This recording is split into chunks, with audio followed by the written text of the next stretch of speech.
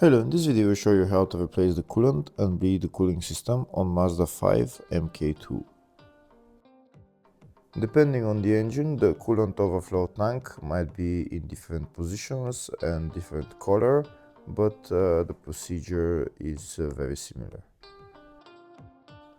First, this is the filler cap. First we're going to remove the filler cap, that's where we're going to fill the coolant from, and this is the coolant overflow tank for this engine.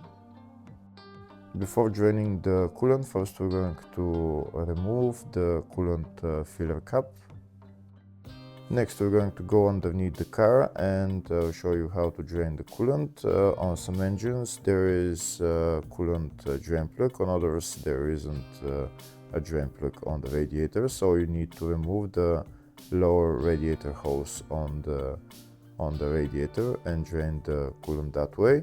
This is the hose that comes from the radiator, so you can remove that clamp on this side and just drain the coolant from there on this engine. Once the coolant is drained, next we're going to start filling coolant into the system. This is the coolant that I'm using, FL22. So we're going to fill the coolant until it reaches, until it goes all the way to the top. Here where we fill the coolant, this is not a coolant tank, we fill the coolant directly into the radiator. So unlike the coolant tank where there is a minimum and maximum level, here you fill the radiator all the way to the top. And afterwards we're going to look at the minimum and maximum level at the coolant overflow tank. So we continue to fill coolant until it goes up all the way, and then afterwards you're going to see how there is going to be air bubbles coming out, and the coolant level will drop down. So we'll continue to fill until there is no more air bubbles.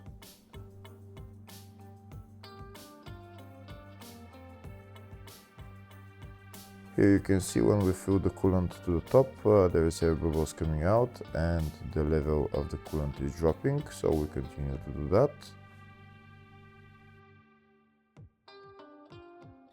If the video is useful, please like and comment on the video and subscribe to the channel to see more videos like this.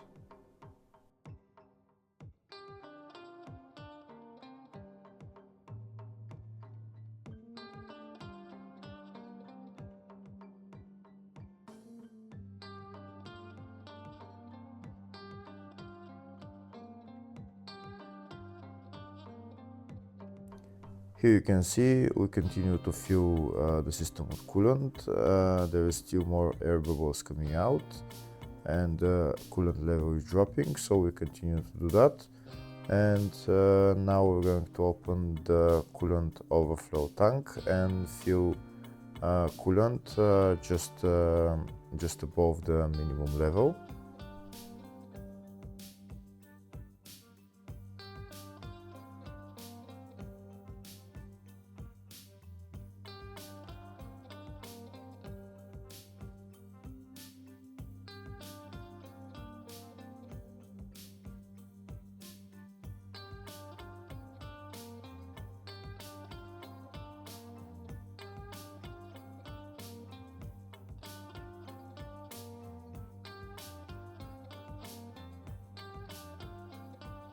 Okay, so now I filled the coolant just above the minimum level. Next I'm going to press the upper radiator hose as well, and I'm going to continue to fill some coolant into the radiator.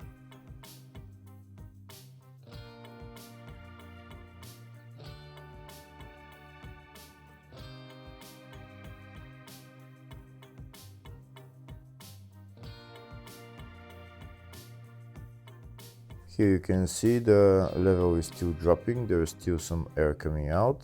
Now next I'm going to press the upper radiator hose just because it's in a high spot, just to make sure there is no air in there. Just continue to squeeze the hose until there is no air coming out from there. And once you stop squeezing the hose, then fill the coolant up to the top again.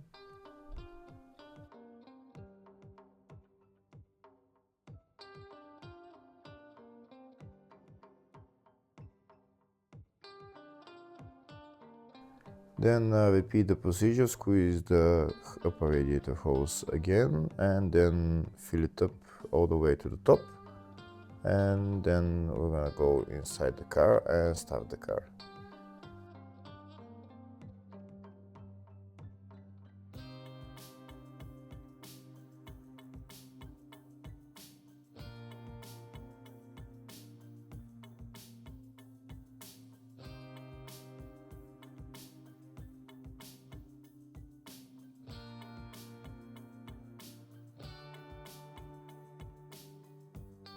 Now I'm going to remove the funnel and we'll see the level of the coolant. You can see here it's almost all the way to the top.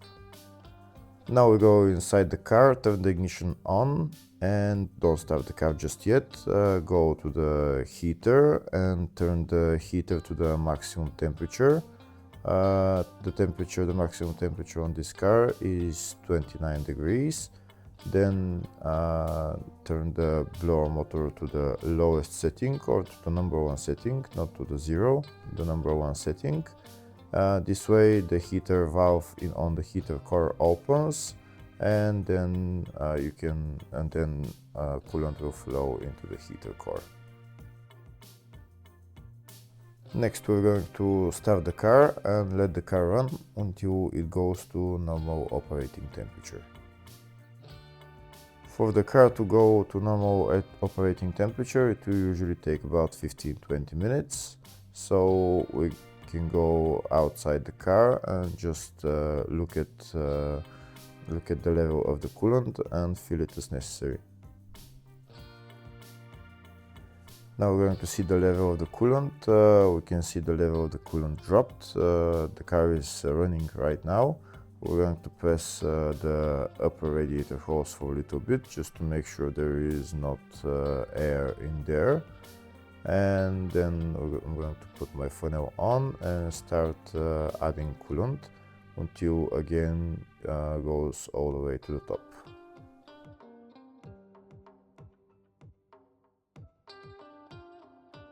Here you can see now it's all the way to the top and there is less bubbles coming out, but there are still some bubbles coming out.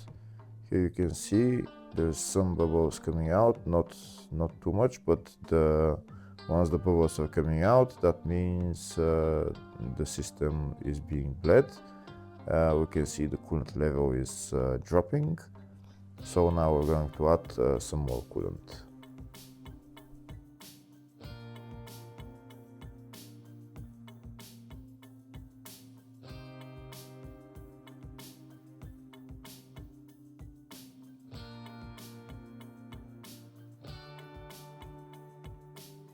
Now we can see that when we add coolant, there is no more air bubbles coming out, so that means the system has almost been bled all the way. There's still some coming out, but not too much. Now I'll show you the level of the coolant in the overflow tank. You can see just a little bit above the minimum level. When you turn off the car, you can add the coolant to go to the maximum level.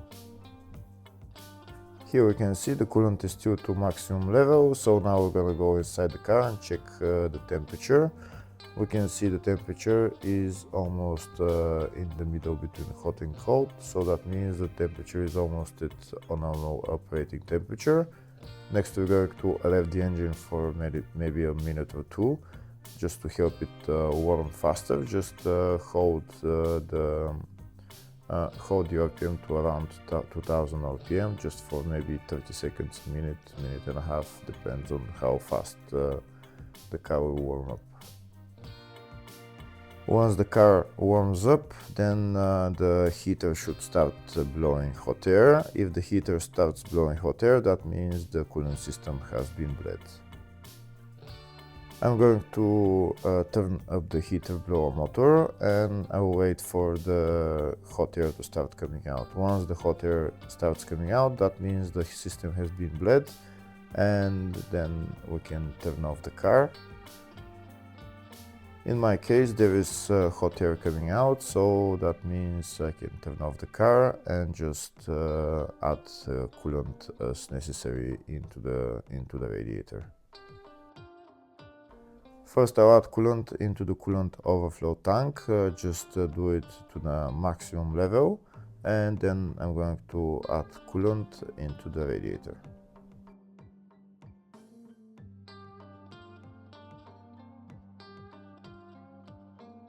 In the radiator again, just add coolant until it goes up to the maximum level, until it reaches the top.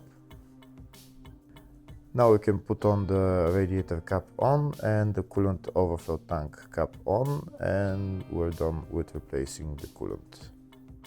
After the car becomes cold, check the level of the coolant again and add as necessary. Next I'll show you the bleeding procedure in the service manual. Hopefully the video was helpful. Please like and comment on the video and subscribe to the channel. Thank you.